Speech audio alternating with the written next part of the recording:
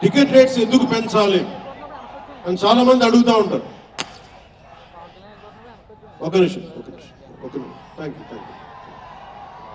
Cinema రేట్లు ఎందుకు పెంచాలని అడుగుతారు. ఈ రోజున సినిమా రేట్లు పెంచాలి అంటే it's a purely demand and supply. నాకు శంకర్ గారి సినిమా నేనే బ్లాక్ లో కొనుక్కొని చూశాను చెన్నైలో. అది నా సరదా. నాకు ఇచ్చిన డబ్బులు నేను కొనుక్కొని చూశాను. ఇప్పుడు ఆ బ్లాక్ లో వెళ్ళే డబ్బు ఎవరికి వెళ్ళిపోతుంది. అలా కాకుండా టికెట్ రేట్లు డిమాండ్ అండ్ సప్లై మీద ఉంటుంది. అలాంటి డబ్బులు పెరిగితే మీరు ఇష్టపడి మీ హీరోకో ఏదో ఇష్టమైన సినిమాకో మొదటి రోజే చూడాలనుకుంటారు. That's a demand. అందుకని ఎందుకు ఇంతంటే బడ్జెట్స్ పెరిగిపోయినాయి. తెలుగు సినిమా మొత్తం ప్రపంచపరంగా వెళ్తూ ఉన్నాయి. దీనికి డబ్బులు కావాలి అంటే పెట్టుబడులు కావాలి. మార్కెట్స్ పెరిగినాయి. అలాగే పెరిగిన ప్రతి రూపాయికి 18% జిఎస్టీ కడతాం. ప్రభుత్వానికి ట్యాక్స్ వస్తుంది. పెరిగిన ప్రతి రేటుకి ట్యాక్స్ వస్తుంది. ఇది ఉట్టినా ఇవ్వట్లేదు ప్రభుత్వం. ప్రతి ఒక్కరికి ఏముంటుందంటే దీని ఒక ఫాల్స్ నెరేటివ్ ఉంది బయట. నా సినిమాకి టికెట్ రేట్లు పెంచకపోగా తగ్గించేశారు. భీమ్లా నాయక్ ఇప్పుడు చాలా మంది హీరోస్ అందరూ కూడా వాళ్ళెవరూ కూటమికి మద్దతు చెప్పలేదు. కానీ మేమెక్కడ వివక్ష చూపించాల. అందరూ బాగుండాలని కోరుకుంటాం. ఎందుకంటే చిత్ర పరిశ్రమకి మొన్న దిల్ రాజు గారు కూడా చెప్పారు, చిత్ర పరిశ్రమకి రాజకీయ రంగు పులమటానికి మాకు ఇష్టం లేదు. Though I belong to NDA, though I'm head of Janasena party, cinema should be treated as a separate entity. No politics should seep into cinema.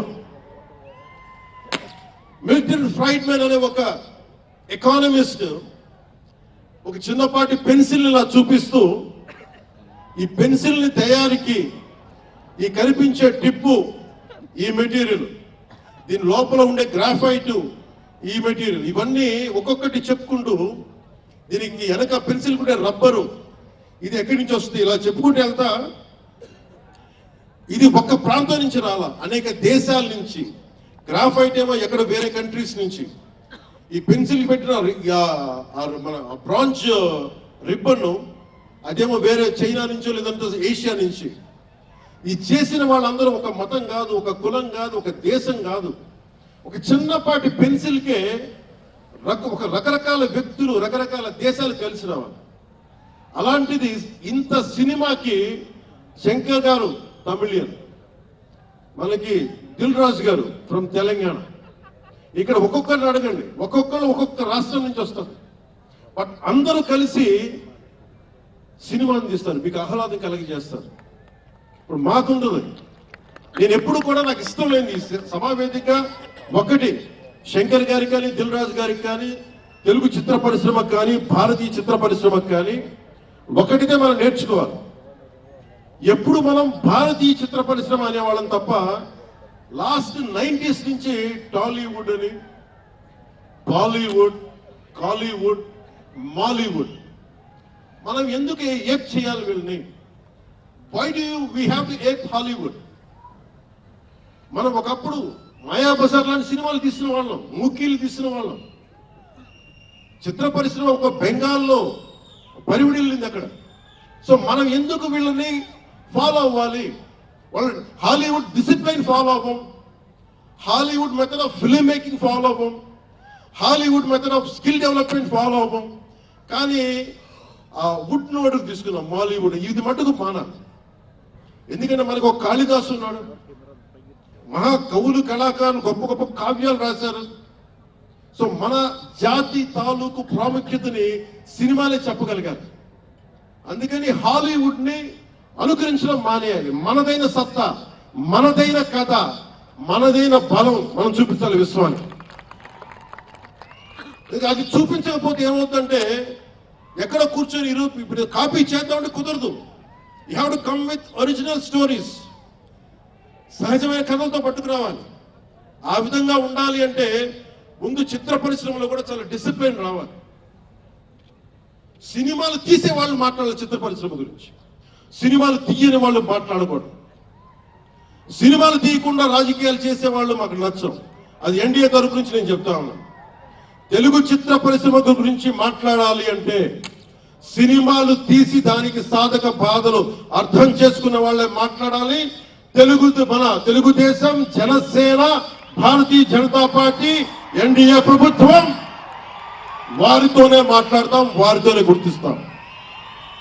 అలాగే చాలా సార్లు సినిమా టికెట్ల కోసం హీరోలకి పనేంటి, హీరోలు ఎందుకు రావాలి, అది మాకు ఇష్టం లేదు.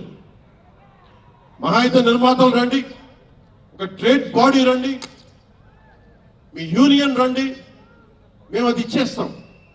అంతేగాని హీరోలు వచ్చి మాకు నమస్కారాలు పెట్టాలి,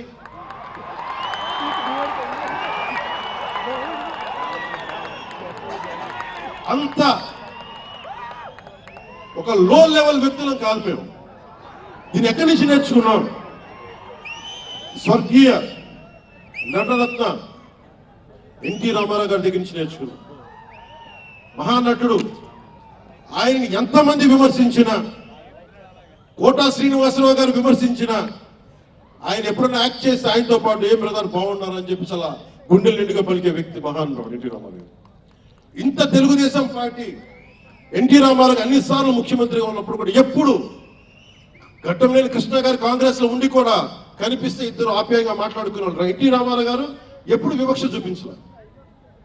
ఇది చిత్ర పరిశ్రమ తాలూకు ఔన్నత్యం. అదే ఔన్నత్యాన్ని మేము కొనసాగిస్తున్నాం, అదే మేము కోరుకుంటా ఉన్నాం. అంతేగాని గతం ప్రభుత్వంలో లాగా మీరు అభిమానించే మెగాస్టార్ చిరంజీవి గారు లాంటి వారిని కానీ, బాహుబలి ప్రభాస్ గారిని కానీ, మహేష్ గారిని కానీ, మహేష్ గారిని ప్రిన్స్ మహేష్ అంటారు కదా, మహేష్ గారిని కానీ, ఇంకెవరైనా కానీ మేము ఇవన్నీ ఎందుకు చేయట్లేదంటే మాకు సినిమా పరిశ్రమ మీద గౌరవం ఉంది. నారా చంద్రబాబు నాయుడు గారు ఇప్పటికి 4వ సారి ముఖ్యమంత్రి. ఆయన 3 సార్లు కానీ 4 సార్లుగా ముఖ్యమంత్రి కొన్ని ఈ సమయంలో ఎప్పుడు కూడా తెలుగు చిత్ర పరిశ్రమకి దోహదపడ్డారు తప్ప ఆయన ఎప్పుడు తెలుగు చిత్ర పరిశ్రమని ఇబ్బంది పెట్టలేదు. తిరిగి మేము సినిమాని గౌరవించే వాళ్ళం. ఇక్కడున్న చిత్ర పరిశ్రమ కోసం, సినిమాల కోసం పరితపించే కథల కోసం మనం వెనకాడతాం. మన కథలు కావాలి. సినిమా జీవితంలో లేని సినిమాలో వెతుక్కుంటాం. మనం జీవితంలో దొరకని న్యాయాన్ని సినిమాలో న్యాయం దొరికితే తృప్తి పడతాం. ఒక్కటి సినిమా తీస్తే ఎందుకు చూస్తాం మనం? శంకర్ గారి డైరెక్షన్ లో అరే మన జీవితంలో మన ముఖ్యమంత్రిలా ఉంటే బాగుంటుంది అనుకుంటాం. ఆ కథని, ఆ భావాన్ని సినిమాగా తెరకెక్కిస్తే అది బాగుంటుంది. ఒక శివాజీ సినిమా ఎదురు తిరిగితే ఎలా ఉంటుంది, ప్రత్యామ్నాయంగా చేస్తే ఎలా ఉంటుంది ఒక శివాజీ. ఇలాంటి సినిమాలన్నీ కూడా మనకి నిజ జీవితంలో జరగని మనం ఒక అట్లీస్ట్ సినిమా ప్రపంచంలో చూస్తే ఒక తృప్తి ఉంటుంది. అలాగే ఇంతమంది యువత ముందుకు వచ్చి ఎందుకు వస్తున్నారంటే ఒక మార్గదర్శకం సినిమాలు. ఒకసారి సినిమాలో కూడా చాలా మంచి విలువలు ఉంటాయి, కానీ ఆ విలువలు తీసుకోవచ్చు. కానీ మరి ఎలా ఉండాలంటే హంసలాగా పాలన తీసుకొని నీళ్లు వదిలేయాలి. కానీ కొంతమంది నీళ్లను పెట్టుకుంటారు, మనం ఏం చేయలేము. సినిమా అన్ని చూపిస్తుంది, మంచి చెడు రెండు చూపిస్తాయి. ఏది తీసుకోవాలనేది మీది.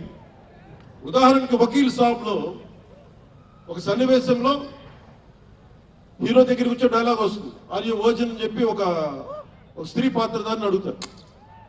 అది నా ఇండివిజువల్ నేను చెప్పడానికి ఇబ్బంది అనిపించింది. నేను డైరెక్టర్ గారికి, దిల్ రాజు గారికి చెప్పాను, ఈ డైలాగ్ అయితే నేను చెప్పను. కాబట్టి అబ్బాయిలు అడుగుతాను, అమ్మాయిలు నేను అడగనేమని. న్యాయం రెండు పక్షాలు ఉండాలి, ఒకళ్ళని ఇబ్బంది పెట్టడం నాకు ఇష్టం లేదు.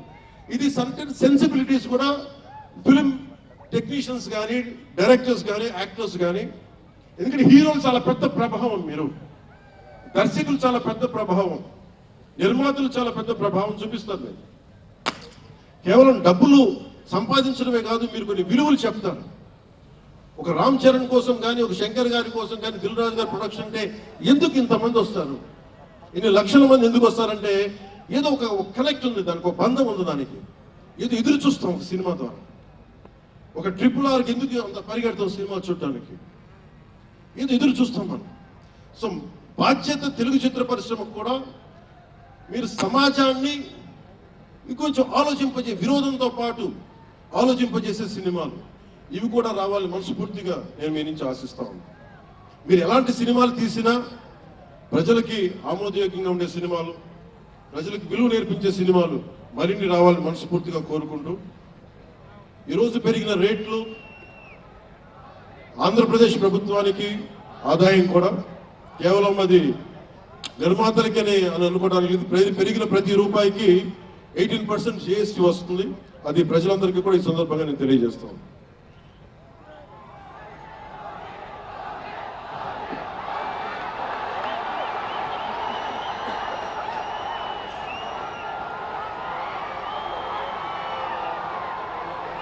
భోజన దుంప తెప్పేస్తున్నాను.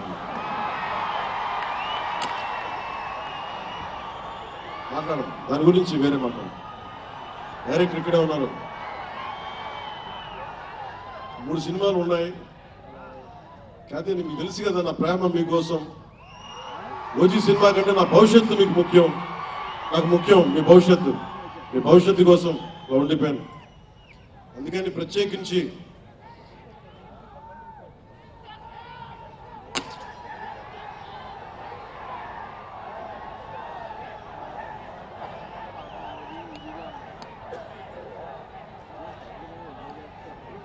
మాట్లాడుకోదు. ఇది అంటే వేరే సినిమా గురించి, గేమ్ చేంజర్ అనే సినిమా గురించి మనం ఓజీ గురించి మాట్లాడాలి. ఓజీ కోసం వచ్చినప్పుడు ఓజీ గురించి మాట్లాడాలి. కానీ